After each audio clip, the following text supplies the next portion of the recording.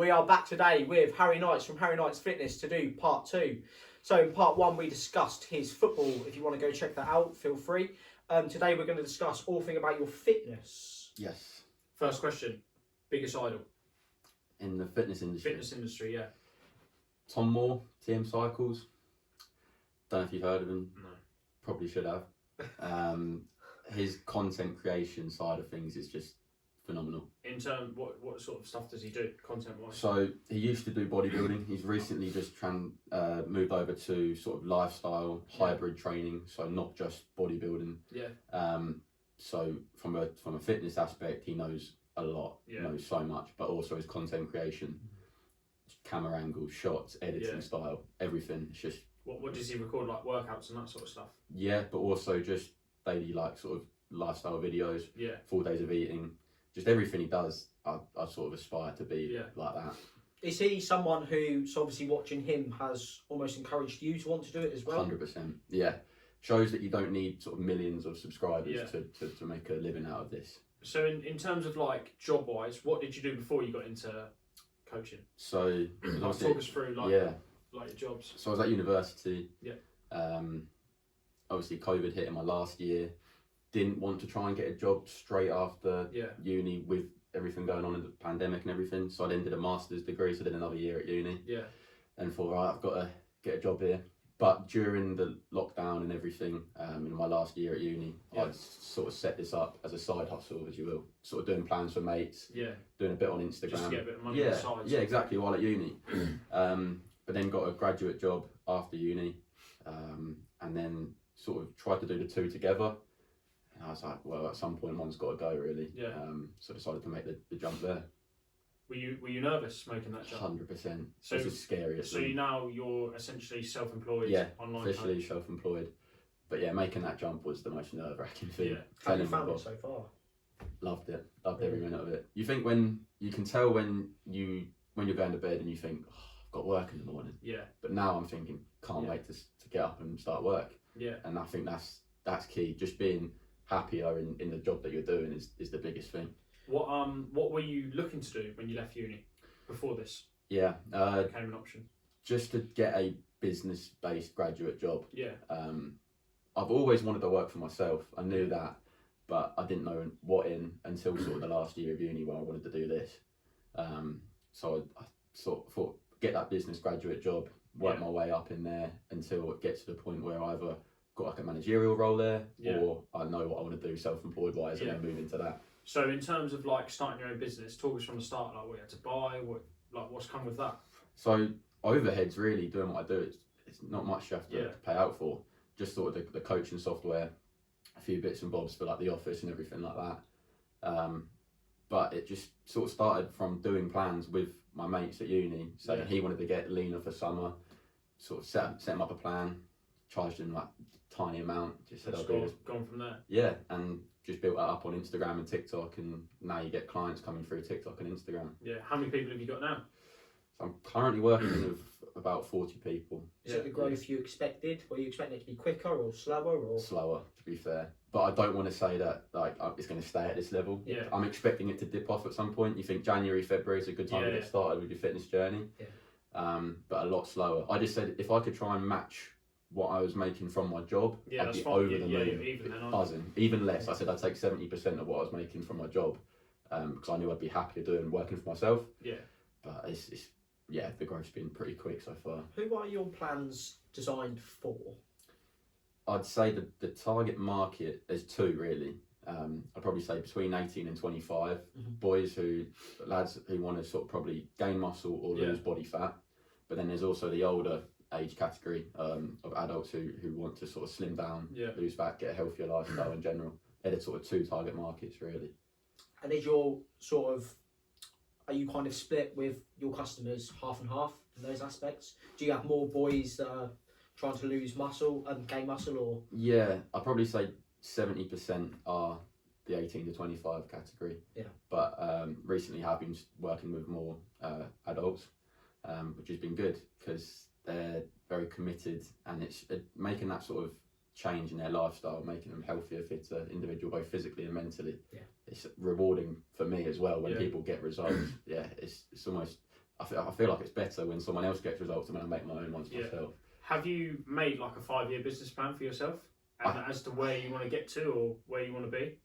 I have an idea of where I want to get to, but I sort of also want to take it day by day. I don't want to set massive long-term goals just yet.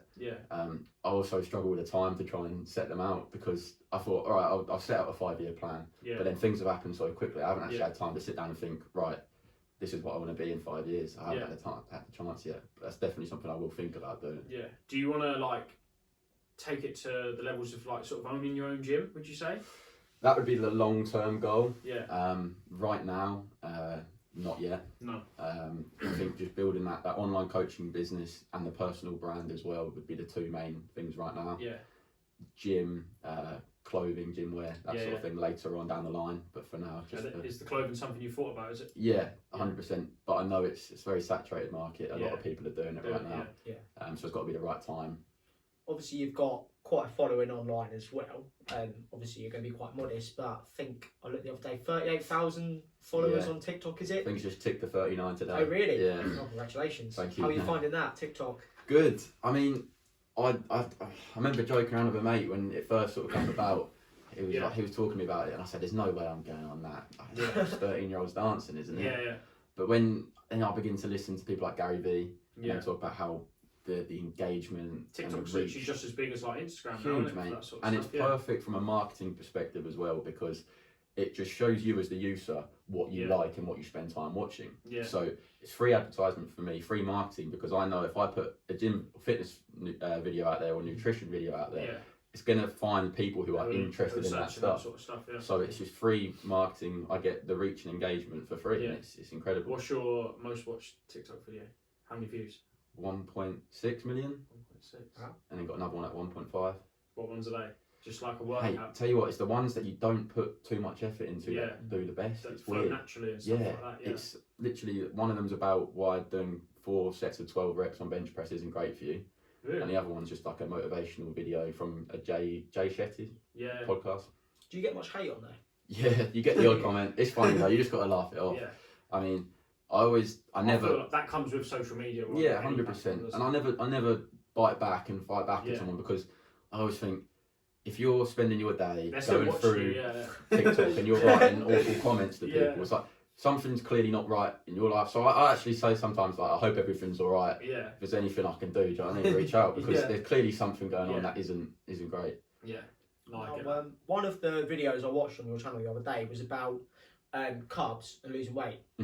Now, you made quite a clear argument that you don't have to cut your carbs out to be able to lose weight. Do you want to talk to us about that a little bit? Yeah. So it's the keto diet, effectively, where people think cut out carbs. You've actually done that. I've done the keto diet. How did you find it? Tough to begin with? It was tough to begin with. Very sluggish. And I didn't actually find it that effective. Because, I mean, the bigger picture is you can do the keto diet, but you've still got to be in a calorie deficit to go anywhere. So that's the whole thing. People think, oh, I cut out carbs, that's why I'm losing weight. But by cutting out the carbs, you're putting yourself in that calorie deficit. The sole way you lose weight and lose body fat is by being in a calorie deficit. So by cutting out carbs, which will help with your workouts, they'll increase energy throughout the day, they'll support your workouts. By cutting them out, you're taking that away from yourself. You don't need to. You can sort of balance your fats, your carbs, your proteins, still by putting yourself in a calorie deficit, and you'll lose that weight that way. But whilst maintaining performance in the gym, having sustained energy levels throughout the day, just cutting out carbs, just to me, is just not going to benefit you at all. Would you say then the best thing to do is to just make your portions a bit smaller, I suppose? Yeah, that's one way of doing it. People say, I wouldn't say you have to count your calories, but I'd recommend it to people who do want to diet to begin with, to get that idea of portion sizing and whatnot. But the calorie deficit is the sole way you're going to lose weight. And however you want to do that, there's easier ways than others, but that is the main way you're going to lose weight. How do you have the motivation you have? Because obviously you spend a lot of time in the gym, you're very driven. What motivates you? I always say this to my clients and to people asking, like, what motivates you? It's your why. I always think back to your why. Why did you begin your gym journey in the first place? Try and remember that each time you step in the gym, and always try to be better than yourself yesterday. don't try and be better than the person next to you in the gym or the person you look up to on Instagram. Don't, because it would take you ages to get there. Don't compare your chapter 1 to someone's chapter 10. Yeah. Just always try and be better than yourself yesterday or the month, last year, and always do that. But also remember, you're not going to be motivated all the time. Yeah. There's days where I think, really can't be Would you to say the gym you've had to today. become more motivated with your diet and gym now you've started to do this full time? I think about that, like people think you have to be on it now, but Yeah. I was on it before. Yeah. There is that element of social media. You've got to try and keep up with it now, Yeah. because you've got to try and keep in shape in order to do that job effectively. But I was always motivated with it before. But it's also that discipline, because on days when you're not motivated, you still got to turn up, eat well, go to the gym. So I think that discipline has to be there as well as the motivation. Would you say that's gone up since starting that online coaching yourself? Because I assume, like you said, like if you're not doing it, the person who's brought your plan, they're not going to do it. You've got to practice what you preach, haven't you? So I don't understand when you see certain personal trainers, PTs in gym who necessarily aren't in the best of shape themselves. Yeah. Like are they doing what they're telling other people to do? I feel like you have to do what you're telling others to do in a way. Often when I've been to the gym before, I've usually found one of the most intimidating areas to be the weight section. Yeah. Now, that's not necessarily because people are making it intimidating, but there's lots of people that seem to know what they're doing. Yeah. What would you say to someone who's just beginning, that perhaps has those worries in their head and might be put off going to the gym? I'd say just remember that everyone's in the gym for the same reason, to improve themselves physically and mentally. No one's in there to judge anyone. No one's there to sort of sit and stare and judge people for doing things wrong. Yeah. I think what people would actually quite like is if you could go up and ask them, say, look, am I doing this right? I think you'd be surprised that someone's actually come up to you and they're wanting that advice. You'd actually be very pleased to give it. Yeah. So I'd say don't feel like you're being judged. I actually have a client who recently said to me today, I feel like I look like an idiot doing this particular exercise. But I was like, no one's there to look at you and judge you. You're there to improve yourself. So just crack on and do it. But I guess it is sometimes hard to get your head around that. I think that, like you said, the best way to look at it is they're there for themselves as well. They're not there to watch you train. Definitely they're there not. for themselves as well. Yeah, 100%. Now, Harry Knight's Fitness, talk to me about the sort of plans that you offer. Yeah. So there's the full coaching plan, full online coaching, which consists of the nutrition and training side of things, lifestyle as well, looking at sleep and recovery. Then I just do the nutrition side of things as well, so the diet side. But more often than not, it's the 12-week programs and then looking to work with someone for as long as they need me effectively.